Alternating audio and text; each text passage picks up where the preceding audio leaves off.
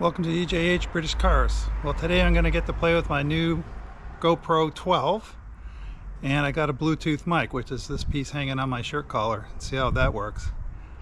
So today's one big step and a little bit of catch-up stuff. First is, you may remember several months ago when we put the motor together, that I was not that happy with the oil pan that I had.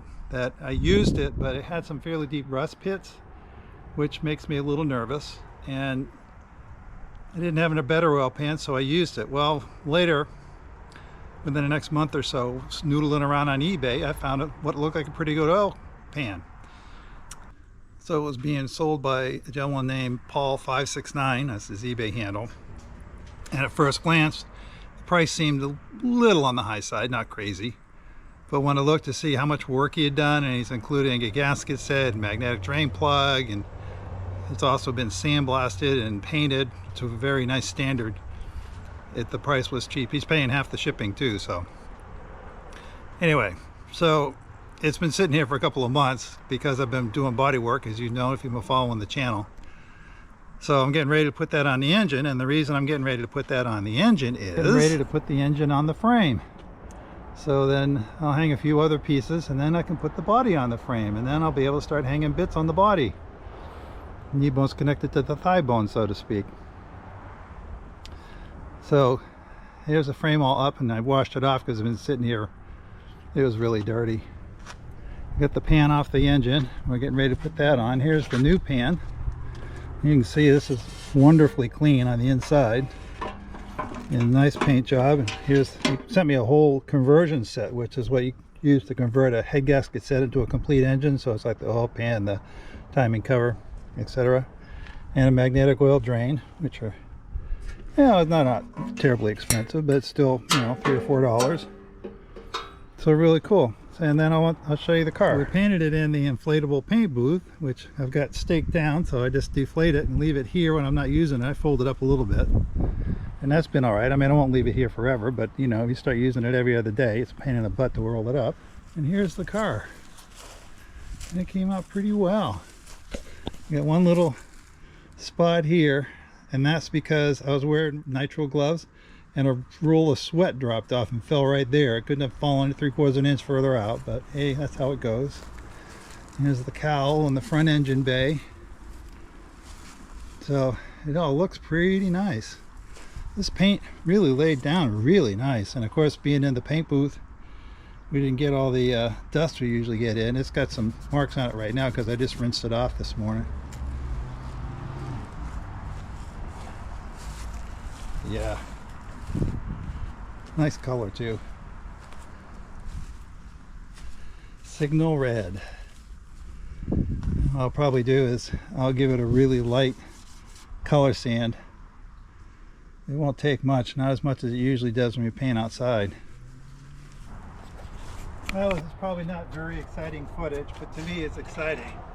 This is the first time in at least 30 years, if not 40, that I've owned this car since 1995, so that's almost 30 years there, and the motor was out when I got it.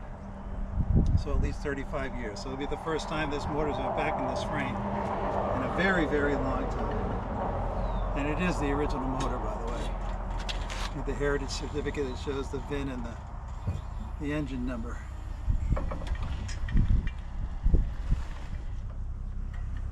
Also, this car is originally an overdrive car, though it did not have an overdrive transmission in it when I got it. So God only knows how long that's been. Well, the back's lined up. Just got to get the front mounts to line up. They're not off by much.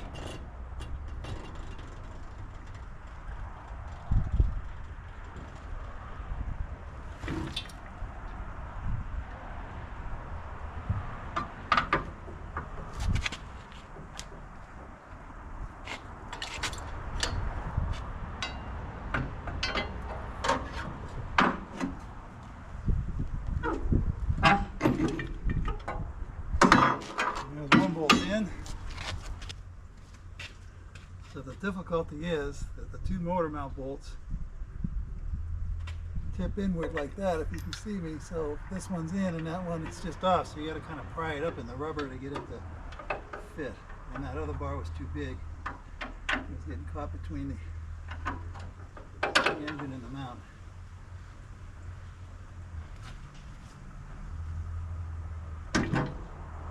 Here it is.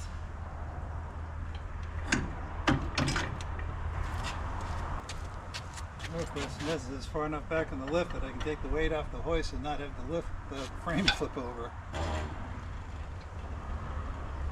Yes, we can.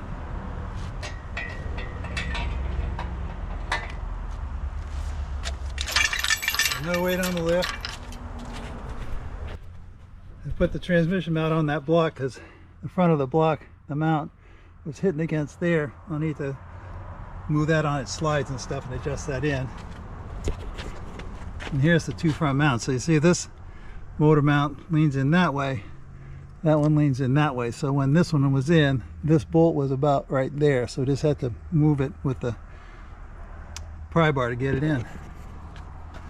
But there it is, proud in the chassis. Well, I hope you enjoyed that. I certainly did. Like I say, it's not very much to film, but that is a huge step in for me. When I got that car in 1995, that motor was sitting in the dirt.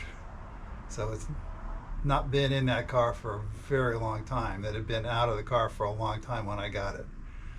So anyway, I'm going to put some auxiliaries onto the engine while it's easy, like the starter and the fuel pump and stuff like that.